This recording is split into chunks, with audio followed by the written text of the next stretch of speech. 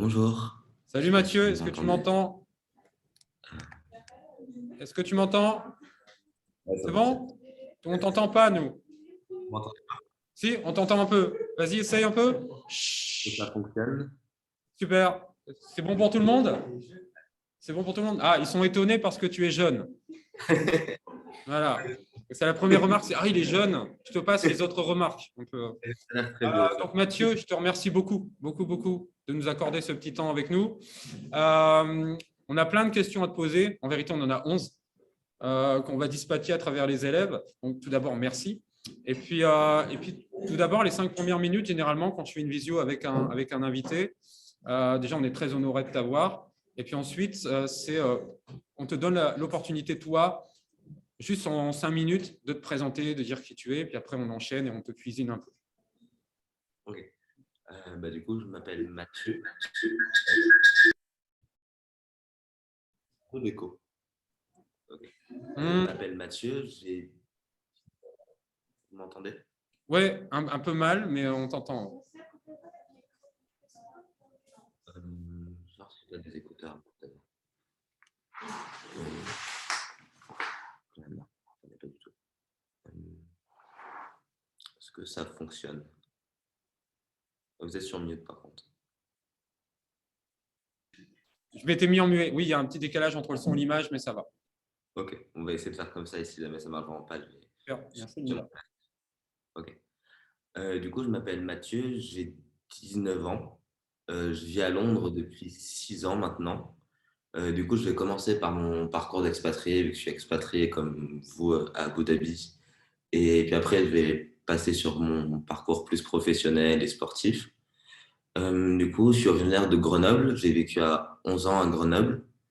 Ensuite, j'ai fait un stage d'escrime, vu que je suis escrimeur depuis très, très longtemps, à Londres. J'ai fait une compétition sur place. Et il y a un club anglais qui m'a proposé de rejoindre leur équipe pendant un an. Du coup, j'ai accepté et ma famille a accepté aussi de venir avec moi à Londres. Et du coup, finalement, de un an, je suis resté 6 ans et je fais actuellement mes études. J'ai passé 2 ans au Collège français bilingue de Londres. Puis après, je suis allé au lycée international à Londres dans cette sphère un peu francophone. J'ai passé mon brevet, mon bac. J'ai eu le bac S avec la mention très bien.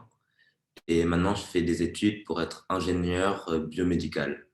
Du coup, je ne sais pas si vous savez ce que c'est, mais ingénieur biomédical, c'est vraiment pour allier les nouvelles technologies et la santé. Donc, par exemple, on peut aussi bien faire des prothèses robotisées, ce qui est assez cool, ou des traitements pour le cancer avec des micropuces. C'est un domaine assez large qui va lier la physique, la santé, la mécanique et un peu toutes les sphères scientifiques. C'est un domaine que j'aime beaucoup. Et je fais ça à Imperial College London, qui est une plutôt bonne université dans le centre de Londres. Est-ce que à Londres, au lycée, tu as connu Monsieur Dorville? Oui, oui, oui. Oui, il est passé au Congo juste après. Oui, il est parti en même temps que moi, normalement. D'accord. J'ai fait mes 3 ans avec lui.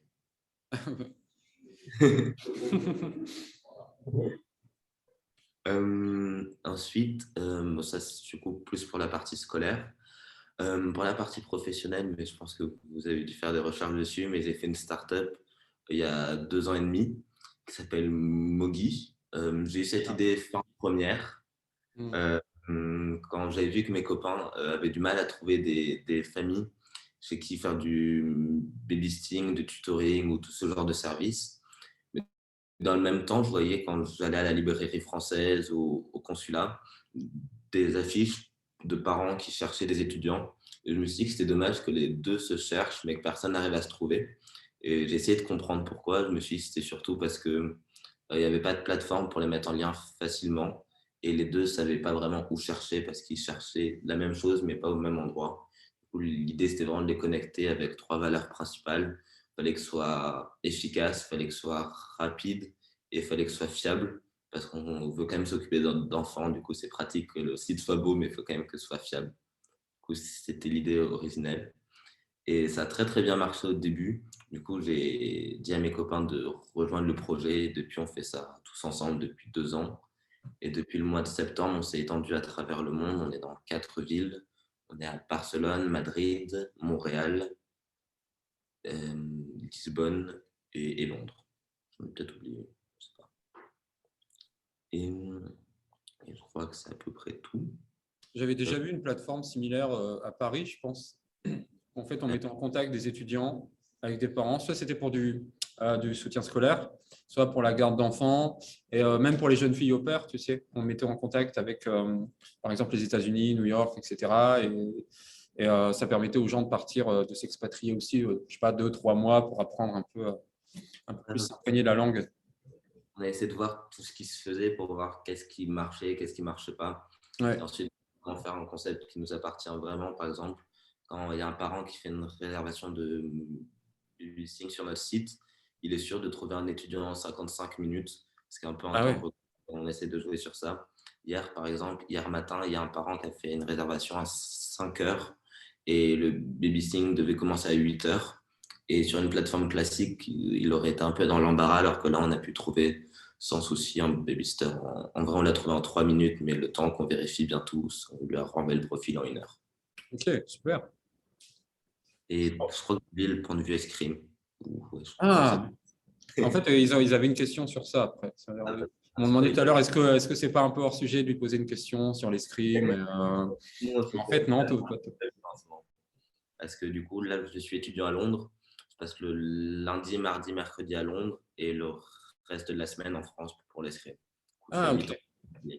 Tu prends quoi? Tu prends l'Eurostar ou Non. Non. Je suis censé prendre l'Eurostar, mais le club en ce moment, vu qu'il y a beaucoup de compétitions, il y a moins de moyens. Du coup, ils font venir en bus. Ah oui, oui. Tu prends le ferry ou Ouais, du coup, c'est 11 heures de bus aller et 11 heures de bus au retour. Ok. Ouais, c'est sympa, ouais. C'est sympa. Du coup, nous, on avait des questions à te poser. Déjà, merci. Tu as un parcours déjà super riche et super dense.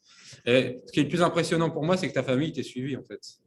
Parce que tu partais à Londres. Généralement, c'est l'inverse, en fait. Je pense ici, le profil des expatriés, c'est des adolescents qui suivent leurs parents. Ouais. Généralement, c'est plutôt ça. Un peu atypique. Ouais. Ah oui.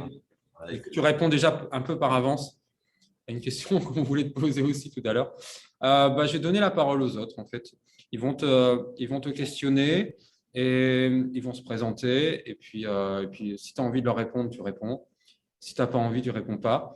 Et le principe, voilà, c'est de leur donner la parole. Je crois que c'était Nourline qui avait la première question. Alors, moi, c'est Nourline Korpawi et une question. Qu'est-ce que vous avez ressenti lorsque vous avez gagné le lauréat du trophée ancien élève des lycées français du monde? Alors, la première réponse, je pense que c'est que j'ai été très surpris parce que pour la petite anecdote, on avait jusqu'au 8 janvier 11 heures pour faire l'inscription et je m'en suis rappelé l'avant-veille, je crois, et j'ai envoyé ma candidature à 11h moins 20, du coup 20 minutes avant la date butoir. Du coup, je ne pensais pas du tout être pris au final. Et quand j'ai reçu l'email, après la surprise, c'est quand même beaucoup de fierté parce que c'est un prix assez prestigieux. Et quand ils nous avaient annoncé la liste des 8 finalistes pour cette catégorie précise, j'ai vu que les autres profils étaient vraiment incroyables. Du coup, j'étais assez fier. Et ouais, du coup, de la fierté, de la surprise. Parce que je pense ici, Mathieu, je ne parle pas juste pour cette classe que j'ai là, mais tu penses que c'est vraiment une chance pour toi d'avoir étudié dans un lycée français de l'étranger?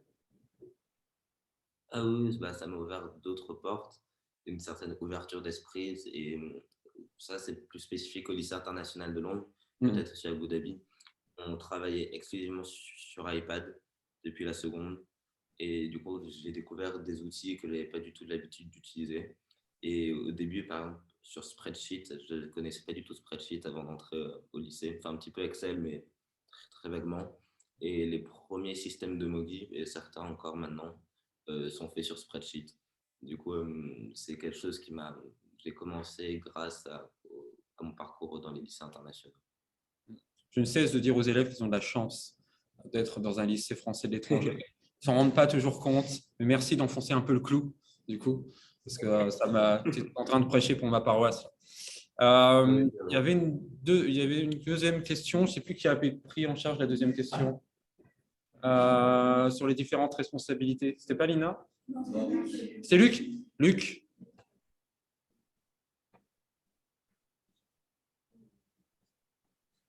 Luc se connecte.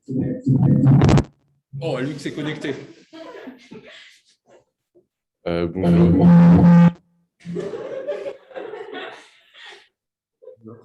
La question que je voulais... Vous m'écoutez? Oui, mais j'ai dû couper. Ah, d'accord. La question que je voulais vous poser, c'est à 18 ans, vous étiez déjà chef d'entreprise et à succès. Quelles étaient les responsabilités qui venaient avec l'occupation de ce poste à cet âge? Mais là, tu peux me dire, tu es vraiment jeune. Ça fait bizarre d'être vous voyez. Les responsabilités. Arrêtez de vous voyez, ça ne fait pas naturel.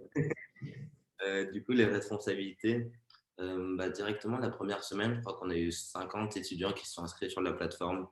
Du coup, il y a une responsabilité de leur trouver un peu du travail parce que s'ils s'inscrivent, on a envie de leur rendre un peu leur confiance. Et il y a également eu les responsabilités du coup financières qui viennent avec parce que quand il faut bien facturer les parents et voir si on est en règle avec la loi, c'est quelque chose dont je n'avais pas du tout l'expérience au début. Et il y a également des responsabilités. Je ne sais pas si on peut vraiment appeler ça une responsabilité, mais c'est vraiment vouloir bien faire et à chaque fois vouloir plus faire. Et c'était quelque chose qui était très, très important au début, voir que tout fonctionne bien et d'arriver à gérer cette expansion qui a été assez rapide au début. Parce que j'imagine que pour des parents, confier, par exemple, ses enfants à quelqu'un d'autre, c'est pas une mince responsabilité quand toi, tu dois gérer ça, en fait. Parce que tu es responsable de tout, finalement. C'est ça. Et en plus de ça, leur dire, vous devez nous confier nos enfants. Nous, ceux qui gérons la plateforme, on est mineurs aussi, mais vous devez avoir confiance pour vous trouver quelqu'un. Et c'était un pari assez risqué. Mais du coup, vu qu'ils ont vu que le système fonctionnait très très bien dès le début et que les commentaires étaient plus que positifs, le problème de la confiance ne s'est pas posé très très longtemps. Les parents, ils reviennent à chaque fois très contents. Et ouais, c'est quelque chose qui a bien marché au début. Et encore maintenant d'ailleurs. Okay. Donc, j'ai une autre question. Je crois que c'est toi, Linda. Linda aime beaucoup poser des questions. Donc, je te la passe. Bonjour, je m'appelle Linda, du coup, enchantée. Ma question pour toi. Oui, Linda. Ma question pour toi est quel conseil donnerais-tu à un jeune élève ou une jeune élève qui cherche à créer sa propre entreprise dans le futur? Alors, je pense que ça peut paraître bête, mais c'est avoir une bonne idée et surtout avoir une idée utile. Parce que en seconde, avec des copains, on avait voulu faire une application sur un concept, c'était juste s'envoyer des messages et réserver des créneaux. En fait, on a vu que ça existait, mais on voulait juste le faire pour notre propre plaisir, pour avoir dit j'ai fait une application. Mais finalement, le projet aurait été vraiment utile à personne. Du coup, le premier conseil, c'est de voir si votre idée peut être utile à quelqu'un et si elle n'existe pas déjà de la même manière, mais en mieux. Parce que si elle existe en mieux, autant faire autre chose qui comble un vrai besoin. Vous serez identifier un besoin, voir s'il y a des gens qui répondent à ce besoin et essayer de vous entourer d'une équipe en qui vous avez confiance. Parce qu'en général, tout seul, c'est un peu compliqué au début. Et le faire avec des copains, etc., ça peut être cool, mais surtout des gens qui ont des compétences et qui sont des gens de confiance. Et aussi de ne pas se mettre de limites, parce qu'en vrai, même si on est jeune, on peut tout faire, surtout maintenant, vu qu'on a l'habitude avec les réseaux sociaux, tout ce qui est en ligne, YouTube, etc. Du coup, on voit pas mal de choses qui sont faites et on peut s'en inspirer.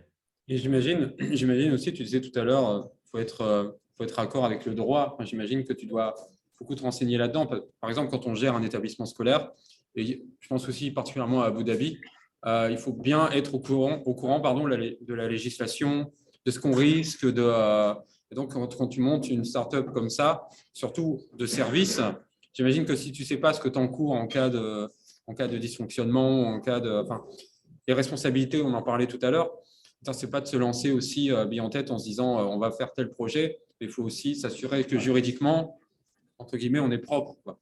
Oui, non, c'est sûr. Ouais, quand on gère un établissement scolaire, voilà, quand on voit les responsabilités que ont un proviseur et un proviseur adjoint, on n'a pas envie de devenir proviseur et proviseur adjoint. Et aussi, autre chose, je pense, c'est qu'il ne faut pas se mettre de limites. Hier, par exemple, j'avais un meeting avec 2 lycéens de Barcelone qui vont rejoindre aussi l'équipe Mogi. Et ils voulaient faire ce projet-là, mais ils ont arrêté au début parce qu'ils se sont dit qu'ils n'avaient pas les compétences pour le faire. Puis après, ils ont vu le projet Mogi, ils se sont dit, ah bah finalement, peut-être qu'on aurait pu le faire. Du coup, il faut juste prendre le temps d'apprendre à coder ou n'importe quelle compétence. Mais dans tous les cas, maintenant, en ligne, on peut apprendre un peu tout ce qui peut être nécessaire pour faire une startup. Du coup, il ne faut pas se fixer de limites non plus, il faut voir grand et être un petit peu fou. Pas trop fou non plus, mais un petit peu. Ça, ils savent être. C'est bon. Je ne sais plus qui y avait là. Ouais, alors, c'est quoi l'idée de… Ah oui, du coup, la question qu'on voulait te poser, c'est d'où te vient en fait l'idée de Mogi? Mais du coup, tu y as déjà répondu. Ouais, oui, du coup, c'est vraiment quand j'ai vu que les deux n'arrivaient pas à se rencontrer. Je me suis dit qu'il fallait faire quelque chose pour ça. Et c'est que c'était pas vraiment en plus à Londres. Bah, du coup, enchaîner avec Marc.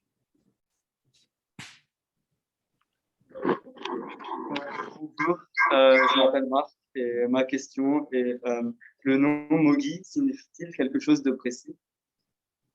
Ouais, merci. Alors, en vrai, non, pas du tout.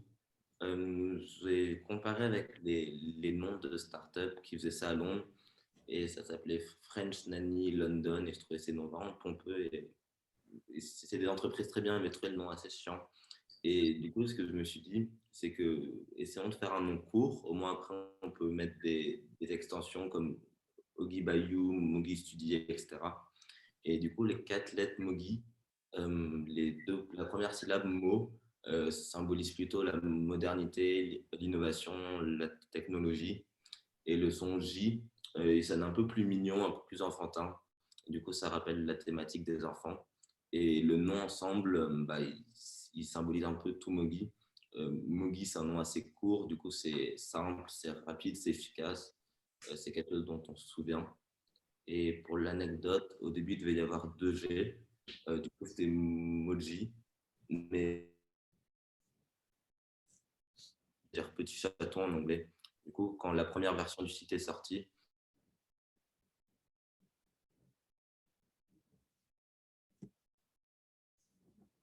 tous les voilà. Oui, ma connexion est instable, mais ça va. Du coup, on n'a pas entendu, en fait. À partir du moment où tu expliquais qu'au départ, tu voulais mettre 2G. Ah oui, oui. Au début, je voulais appeler ça Moji parce que je trouvais que ça sonnait bien, ça sonnait un peu vif. Mais même si je suis à Londres depuis très longtemps, je parle très mal anglais. Et je ne savais pas que Moji, c'est dire petit chaton en anglais. Du coup, quand on a sorti la première version du site, on était référencé parmi tous les sites pour adopter des chats, ce qui est pas mal du tout. Et du coup, j'ai enlevé un G pour être référencé parmi une vraie entreprise plutôt qu'un site pour adopter des chats. Oui, c'est préférable. Ouais. Là, je vais te passer sa mère. Enfin, pas la mère de Marc, il s'appelle sa mère. T'es pas d'ambiguïté. Non, mais ça peut être ambigu, mais c'est vrai. Sa mère. Désolé, sa mère. Bonjour. Parle fort. Nous, en tant qu'élèves de terminale, on veut rejoindre l'université et le pays qui nous convient. Pourquoi tu choisis Londres? Merci, sa mère. Au début, je choisis Londres parce qu'il y a des universités qui sont très très bien classées dans le classement mondial. Du coup, c'était un premier trait assez attirant. Et puis surtout, après les avoir visités, les campus sont excellents et les infrastructures permettent vraiment de bien étudier. Les laboratoires de sciences sont parmi vraiment les meilleurs du monde et ça, c'était vraiment top. Et j'ai bien aimé la façon dont étaient faits les cursus par rapport aux prépas françaises. Les 2 années de prépa ingénieur sont assez larges. Et puis après, on rejoint des grandes écoles pour se spécifier un petit peu plus et encore pas tout de suite. Alors que dès la première année en Angleterre, c'est assez pratique si on sait ce qu'on veut faire. Parce que les programmes, par moi, je fais ingénierie biomédicale dès la première année. Et c'est ce que je vais faire pendant 4 ans. Alors qu'en France, on commence les biotechnologies à partir de la 4e, voire 5e année. Et du coup, ce que j'aime bien, c'est vraiment de pouvoir se spécifier dès le début et trouver ce programme, ce concept assez attirant. Et les études sont assez poussées. Et puis, ouais. Du coup, j'imagine, pour parler d'autre chose, que niveau infrastructure, pour M. Dorville, être passé de Londres au Congo, à Brazzaville, il a dû prendre une douche, en fait. Ça. Oui, parce que me disait sa fille, vu qu'on est aussi amis avec la fille de M. Dorville. Et c'était assez compliqué, je crois, au début, passer du lycée international de Londres, qui était en plus flambant neuf, qui date que de 2015. On travaillait sur iPad et tout ça, on a appris de la technologie, à Brazzaville, où c'était pas exactement le cas. Non, je disais aux élèves, quand on avait l'électricité déjà, c'était bien. C'est ce que je voulais dire. Et du coup, ouais, c'était un sacré choc. Ah oui, j'imagine. C'est un peu compliqué, je crois. Non, mais c'est un défi aussi. C'est un défi Oui. de passer d'un lycée en fait, où tout est fait à un lycée où tout est à faire, en fait. Mais vraiment, tout est à faire, en fait. Ouais, C'est Christelle, je crois. Il a déjà répondu? Ah non, pas vraiment. Pas vraiment. Bonjour. Donc, ma question, c'était quel rôle ont joué vos proches Dans quoi? dans la fondation de l'entreprise et tout ça, en rapport avec tout ça? Je pense que dans la création de l'entreprise, le rôle n'était pas prépondérant. Mais par contre, dans le développement au tout début, quand on a commencé à lancer le projet Mogi, sans mes amis, ça aurait été compliqué. Par exemple, la première semaine à Londres, j'ai réquisitionné entre guillemets une quinzaine de potes pour qu'on mette des flyers un peu partout dans Londres. Et du coup, mes amis ont bien aidé au développement. Également ma famille, parce que ma mère répondait à toutes les annonces d'expat sur les sites en disant « Je vous conseille Mogi, c'est une super plateforme, etc. » Ça marche très très bien. Et aussi l'école, le lycée international, parce qu'ils nous ont directement accepté qu'on fasse notre pub au sein du lycée, ils nous ont donné beaucoup de conseils. Et je pense que ouais, la partie conseil était assez importante. Et même si ce n'est pas des proches, mais les parents qu'on a eu sur Mogi, ils ont beaucoup aidé au développement parce que leur retour était tout le monde à chaque fois très très bienveillant et ça nous a encouragé à chaque fois à mieux faire et à mieux comprendre leurs besoins. Du coup, ce n'est pas des proches, mais les retours des utilisateurs, c'est quelque chose qui a été très important pour le développement de la startup. Et encore maintenant, je ne sais pas si ça répond à la question. Si, ça répond à la question, je pense. Christelle, c'est bon? Oui, elle dit oui, c'est que c'est bon. Moi, j'avais une question à te poser et qu'ils n'ont pas forcément osé ou voulu te poser. Non, Ryan va t'en poser une autre après, mais moi, j'en ai une là. C'est que, en fait, on dit que Londres est cher, etc. Mais qu'est-ce que tu aimes bien en vivant à Londres, concrètement? Ce qui fait que c'est une ville que peut-être dans laquelle tu as du plaisir à vivre. Je pense que déjà niveau espace vert, je ne sais pas si vous connaissez un peu Londres, mais il y a énormément de parcs et les parcs sont gigantesques. Du coup, ça, c'est quelque chose, même si on est dans une des plus grosses villes d'Europe, on a quand même l'impression des fois d'être un peu à la campagne. On peut aller dans des parcs qui sont des hectares impressionnants. Du coup, ça, c'est hyper chouette. Et je trouve que la ville est assez paisible par rapport à Paris. Je pense que vous êtes allé plusieurs fois à Paris, mais on ne sent pas la sérénité du métro parisien, par exemple. Et ça c'est une chose qui est assez agréable à vivre à Londres. Et ouais, les gens sont plus ouverts d'esprit et c'est quelque chose, ouais. En même temps, si ton point de comparaison, c'est Paris, oui, les gens sont forcément ouverts d'esprit. En Europe, au niveau taille, il n'y a pas beaucoup de villes comparables à Londres. Et aux États-Unis, c'est encore autre chose, mais du coup, les deux villes que je pourrais comparer, c'est Londres et Paris. Et du coup, c'est assez agréable de vivre à Londres. Mais est-ce qu'il y a des… moi, je sais un peu parce que je connais des gens qui ont vécu à Londres pendant moins d'une dizaine d'années, en tant qu'enseignant aussi, mais est-ce qu'il y a, comme on peut trouver ici à Abu Dhabi ou à Dubaï, des communautés en fait, bien distinctes et qui ne se parlent pas trop entre elles ou est-ce qu'on trouve ça aussi? Il y a des quartiers évidemment qui sont plus communautaires. Par exemple, le nord de Londres, il y a plus des Indiens et des Pakistanais. Dans le sud de Londres, c'est plutôt la communauté noire. Et dans l'ouest, je crois, c'est plus la communauté asiatique. Mais vu qu'il y a beaucoup de gens qui travaillent dans le centre, ça permet vraiment un brassage au quotidien. Et du coup, j'aurais tendance à dire que tout le monde se parle, personne reste isolé un peu dans son bloc. Et, du coup, ça permet vraiment que enfin, toutes les communautés arrivent à très bien vivre ensemble. Parce que par rapport à la France, peut-être, il n'y a pas un stéréotype du londonien par excellence, vu que c'est une ville assez cosmopolite. Du coup, on est tous londoniens. Et c'est quelque chose qui marche assez bien, à mon goût. Et surtout, Londres, c'est la ville des pubs. Oui. Bah oui, mais moi, c'est en vivant à Londres, je pense que ce serait mon grand plaisir, en fait. À chaque match de rugby ou de foot, les pubs sont pleins. Ouais. Et ça permet un vrai brassage. Ouais. Un vrai Ah, brassage. on a peut-être oublié une question, c'est est-ce que tu as vu des conséquences du Brexit? Oui. Déjà au niveau du business, c'était plus compliqué vu qu'il y a un nombre de Français incroyables qui sont partis de Londres. Du coup, Ouais. nous, ça ne nous arrange pas spécialement. Mais du coup, vu que c'est plus dur de venir, il y a moins d'étudiants internationaux à Londres. Et ça, c'est assez dommage.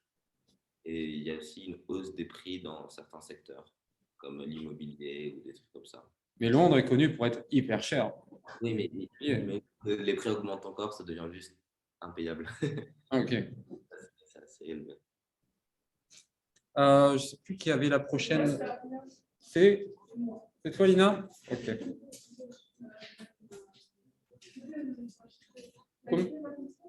J'ai coupé. Ah, j'ai coupé. Bonjour, je m'appelle Lina et j'ai une question pour vous. Comment arrivez-vous à gérer toutes ces responsabilités en même temps? J'avoue que c'est assez compliqué. Faut surtout, je pense, bien organiser son temps entre l'université, Mogi et l'escrime. Et du coup, ça laisse un peu moins de place à la partie loisir, en tout cas pour l'instant. Mais ouais, du coup, c'est surtout bien organiser son temps et bien entouré. Je pense que c'est les deux facteurs principaux. Je crois que tu es une leçon vivante pour eux, Mathieu, parce qu'ils sont toujours en train de se plaindre qu'ils n'ont pas de temps, qu'ils ont trop de devoirs. Voilà. Bon, on peut être lycéen, on peut faire des études et puis en plus, on peut être voilà, à la tête d'une start-up ou d'une entreprise. Optimiser un peu son temps, par Et exemple.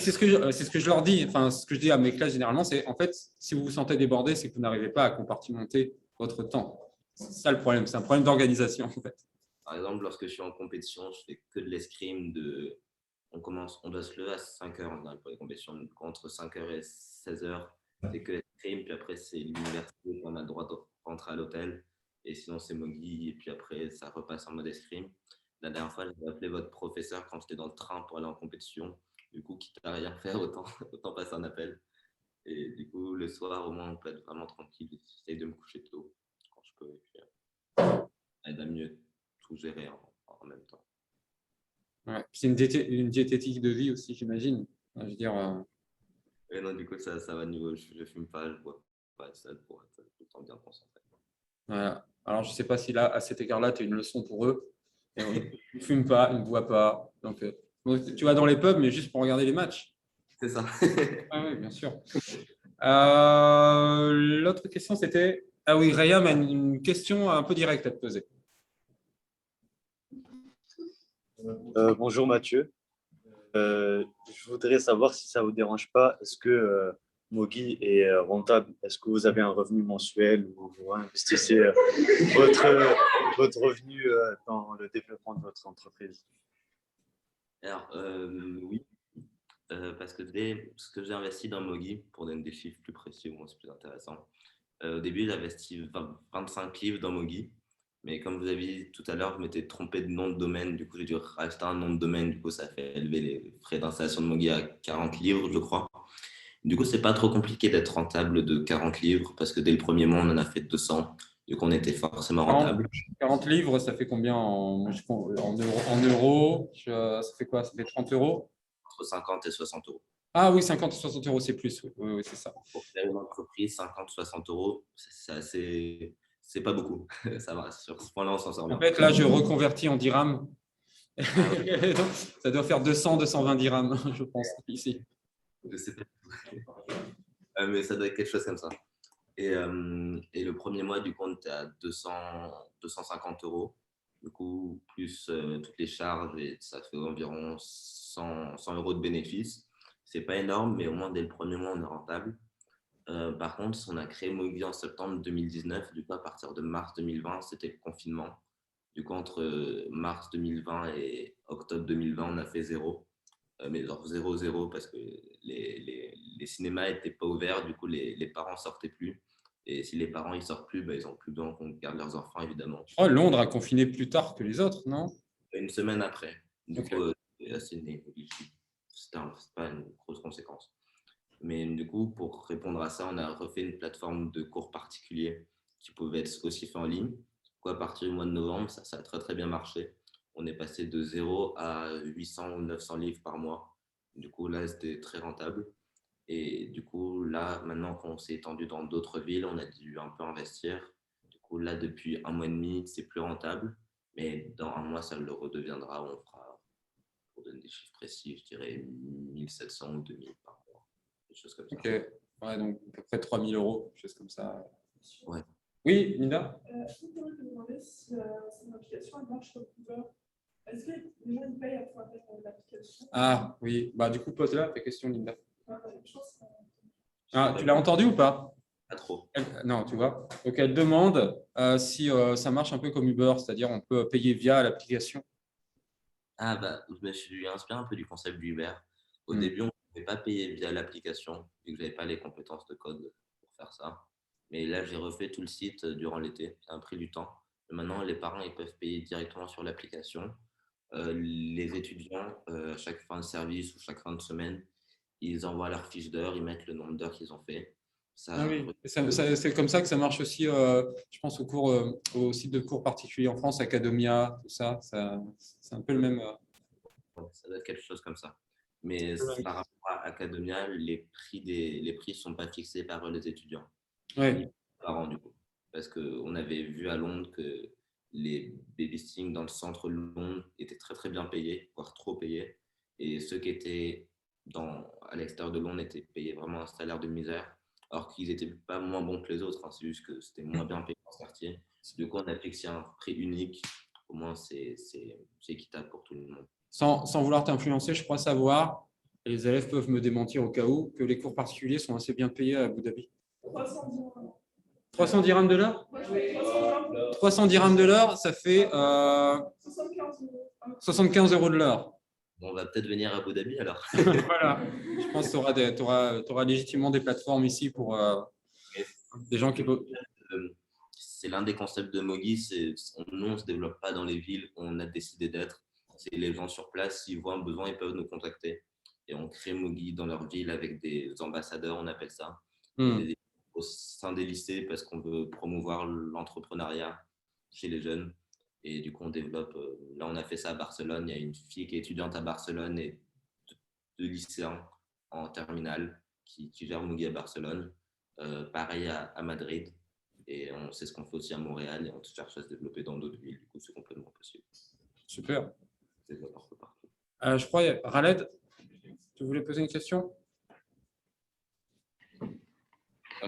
Bonjour Mathieu, j'avais une question pour ton éducation. Pourquoi avez-vous choisi le génie biomédical et quels sont vos projets avec ce diplôme par la suite? Que comptez-vous faire plus tard?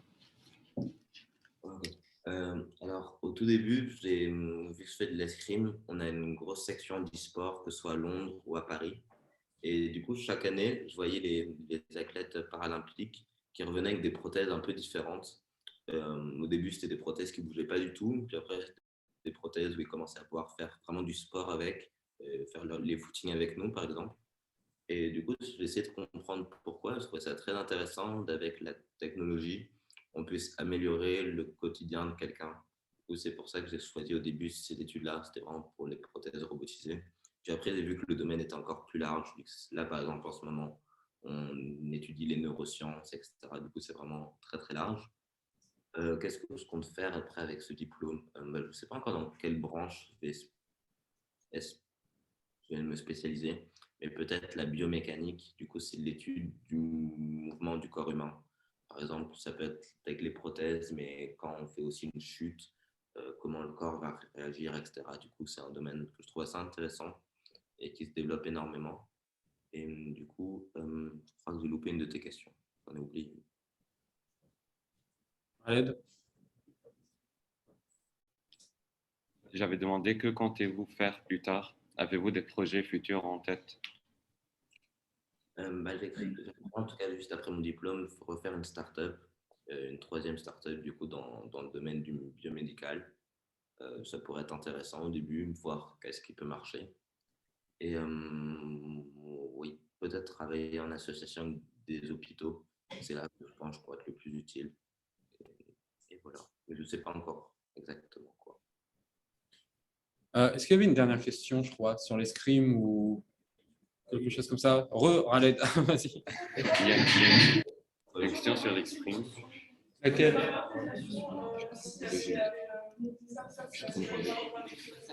Ah oui, oui, oui. Vas-y, Khaled, je te donne la parole.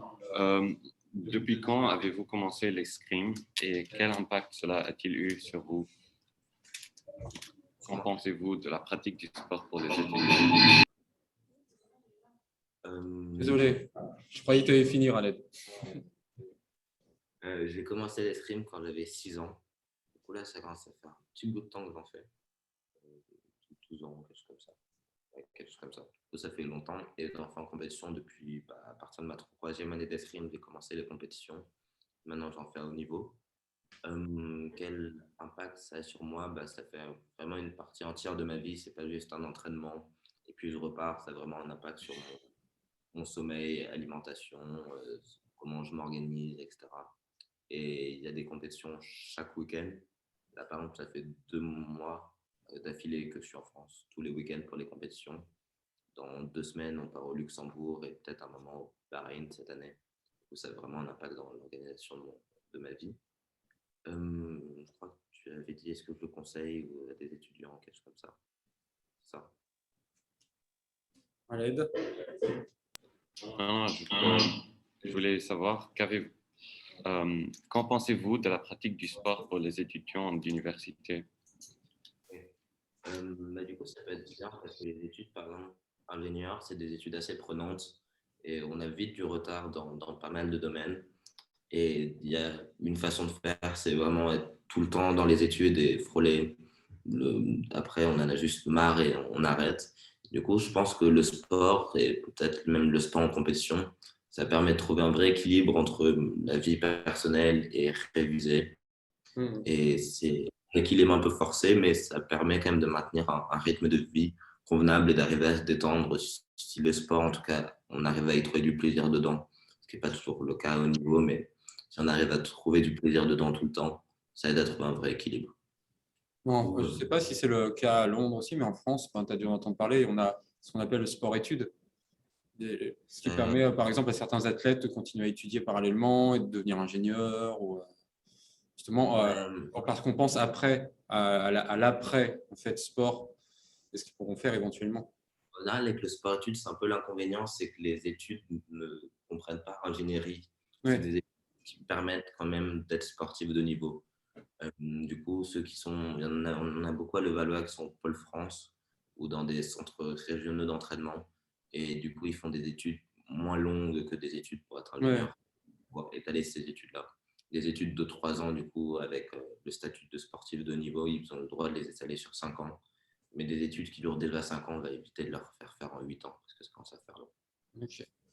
La question qu'on avait oublié de te poser, mais tu y as déjà partiellement répondu, c'est est-ce que tu t'es fait aider en fait, pour monter Mogi, en fait, pour coder, pour… Est-ce que tu as démarré tout seul vraiment ou est-ce que tu avais déjà des compétences dans ce domaine-là?